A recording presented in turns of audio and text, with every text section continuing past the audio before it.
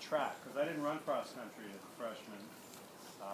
I had a paper route, and my family wouldn't let me quit the paper route, so I had to talk them into it so I could actually quit the paper route and then run track during track season. And my freshman year in track, I got recruited to pole vault. Now, the week before, or 2 weeks before, I'd been kicked in the head in this game we used to play called speedball. So I had a really bad black eye, and I had a patch over my eye.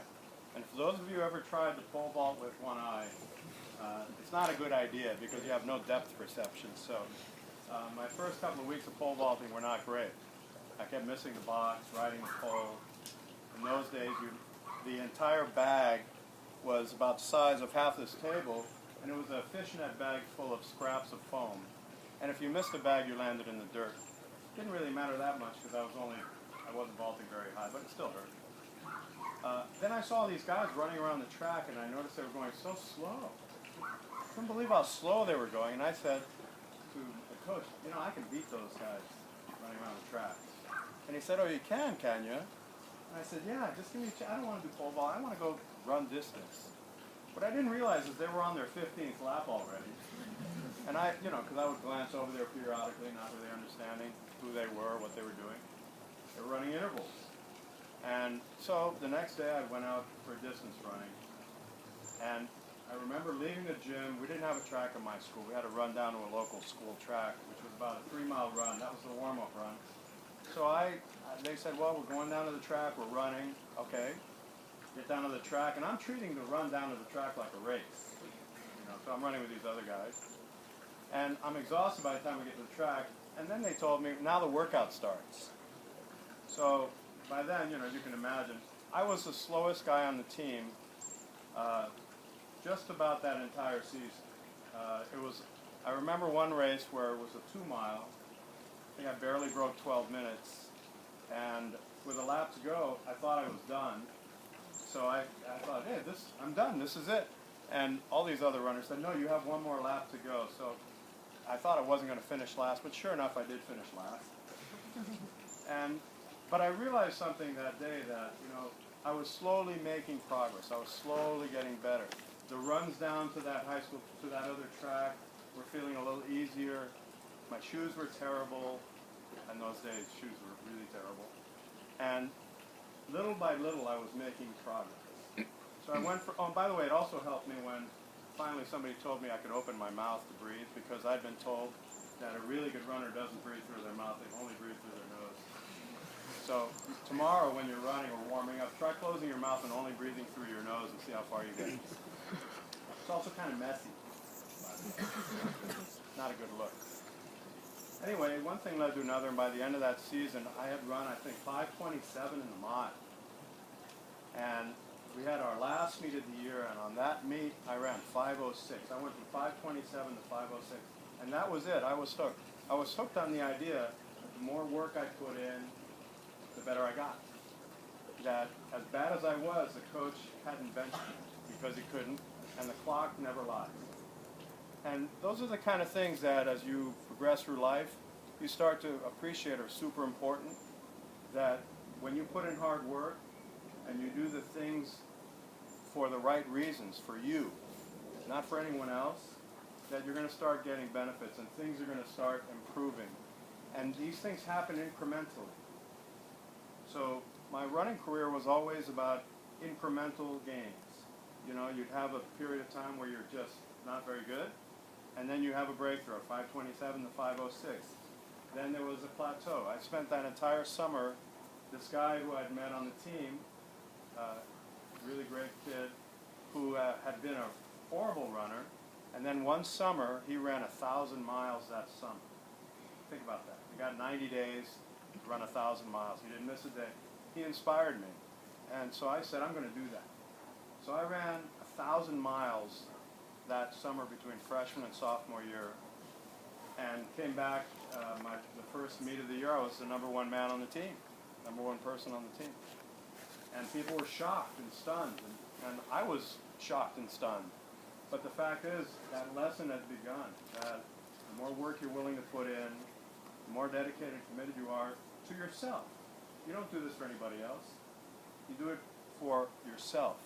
And by being the best athlete you can be, by being the best and most committed to yourself that you can be, you'll start to gain benefit and showcase a capacity for things that you never thought you could do.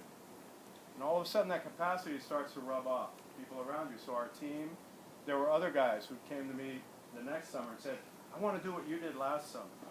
So that summer we had 5 guys on the team run 1,000 miles. And then we had 5 guys run 500 miles. And we ended up, being the best team in Northern California. You can imagine we had a really good team. And freshman year, we were all terrible. We all started from that same place.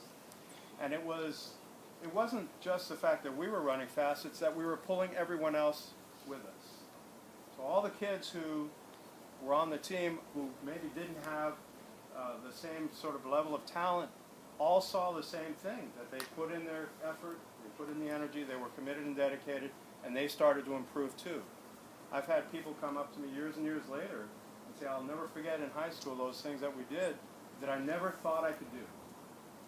And we ended up, we used to go to Lake Tahoe every summer and run the Lake Tahoe relays. That was a race around Lake Tahoe. So it was 10 people and 72 miles around the lake. That was a lot of fun, and it was a great camping trip, but we were running a race around Lake Tahoe. We ran something back then called the 24-hour relay. If you can imagine, you had a team of 10, and it was around a track, and you had 24 hours, and the team that ran the longest, the farthest, would win. And we finished 3rd in the country in the 24-hour relay. I think we ran 200 and something miles. I can't remember how many. It was a lot of miles. I personally ran 26 miles, full marathon, in 24 hours. Now, at 3 o'clock in the morning, when you're stiff, and by the way, we're dumb enough to wear track spikes to do it. I mean, don't ask me. It's beyond stupid. 3 o'clock in the morning, you're stiff and tight. You finish, you run a mile. You climb back in the tent, and 20 minutes later, you got to warm up for the next mile. So forget about sleeping. But we all did that. We still talk about that when I see these people. It changed everybody's lives. And it really does start with that belief in yourself that you can do these kind of things as an individual. It rubs off on other people around you. And over time, everywhere you go, you bring that with you.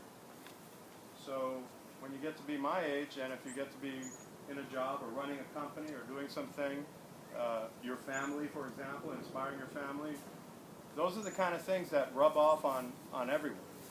It's the kind of thing that you can rely on, that people rely on to inspire. We have a company called Decker's Outdoor Corporation. When I started with this company in 2005, we were doing about $200 million in revenue. I said to the team, the board had brought me in to try to get to $500 million in revenue. That's a lot of money. It's a lot of sales.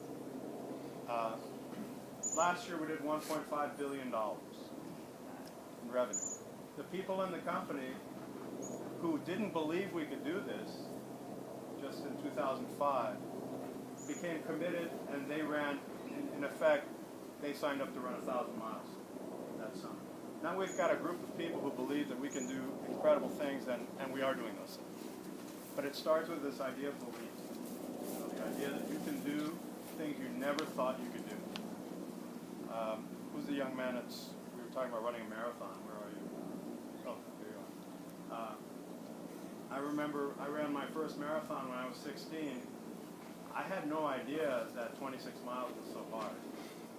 And my buddy said, let's go run a marathon. It's next weekend, the old San Francisco Marathon. It started in Tiburon and finished on the Marina Green in San Francisco.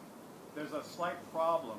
Mile 22, you have to run from Sausalito up to the Golden Gate Bridge and over the bridge. That's a very steep hill at mile 22. I didn't check into that. Not only that, I hadn't run more than 8 miles in my entire life until that day. So I thought it'd be a good idea. Oh, and on top of that, I didn't know it was a good idea to drink water. So no one told us that either. So, we finished that marathon, and we finished it in under 3 hours, which I don't know how the heck we did that. And the 3 of us, there were 3 of us who decided, we all finished under 3 hours. And I won the high school division. No idea at all what I was doing. fact is, I walked away from that knowing I could do something I never, ever thought I could do. And it changed my life completely. This experience you're going through right now, running cross country, running on this team, is going to change your life. You'll not be the same. You'll look back on this and understand that all those miles you put in, as hard as you thought it was, you're going to thank the experience for the person you'll become as a result of it. You can't help but be changed when you challenge yourself every single day and you do the kinds of things that you don't think you can do. And maybe people tell you you can't do. So it is really important for you to understand that you have a potential and a capacity to do things that's being brought out by this activity. When you're tired, you don't stop. We used to have a rule in our team. There's no walking. Never. No walking. I don't know if you have that rule or not. No one could walk. You know, you had to run, but you ran slow. It didn't matter, but you couldn't walk. And everybody lived to that rule. And it was the kind of thing that began to create belief in everyone on the team that even if they felt like they had to walk, they were not going to walk. And, you know, people's lives were changed. You're in that. I'm kind of envious of you in the beginning of this whole process. It's going to change your lives. It's going to change the lives of people around you. It's going to give you confidence and a sense of possibility that nothing else will be able to do. You know, I used to love watching football games in high school, and I remember feeling superior to the football team, even though they were much bigger than me. And I was, let's see, freshman year in high school, I was 113 pounds, 5'6". Senior year in high school, I was 120 pounds, 5'9". So, you know, walk down the hall, look up at these football players, and I knew that what I was doing, I knew I was stronger than they were, and I knew I was tougher than they were. They didn't know that, but I knew that. And, no, that goes a long way. And you need that in life, especially today. Everything is very competitive. You've got to know that you can compete when push comes to shove, when it's time to buckle down in school, or buckle down at work, or buckle down in support of your team, that you can do that. And that really will go a long way in your life. It's very, very important. So I really want to commend you for your commitment to the sport. It's a great sport. I was once talking to a college admissions officer, and at Williams College, where one of my sons went, he ran cross country in high school, and she said to me, you know, every year we always recruit cross country kids. They're the best students, they're the most committed, and you know, they're the most successful. And interestingly, my third son went to Claremont McKenna. I had a conversation with the admissions officer there one day, after he was a freshman, you know, and she told me exactly the same thing. It's kind of known. The cross-country kids, they know how to battle. They know how to succeed in life. So you're on your way. Don't let yourselves down. This is a great opportunity for all of you. And any takers next summer, you can start with 500 miles. Think about that. You want this team to be great? Let's see how many of you sign up to run 500 miles over the summer. Sounds like a lot. You know, but in, you know, the dinosaur that I am, way back when, with bad shoes and not drinking water, we did it. You guys have much better coaching than we had. My coach thought it would be a good idea to read Runner's World magazine to kind of get workouts, because that's as far as it went, which was fine. At least he did that. So. Great.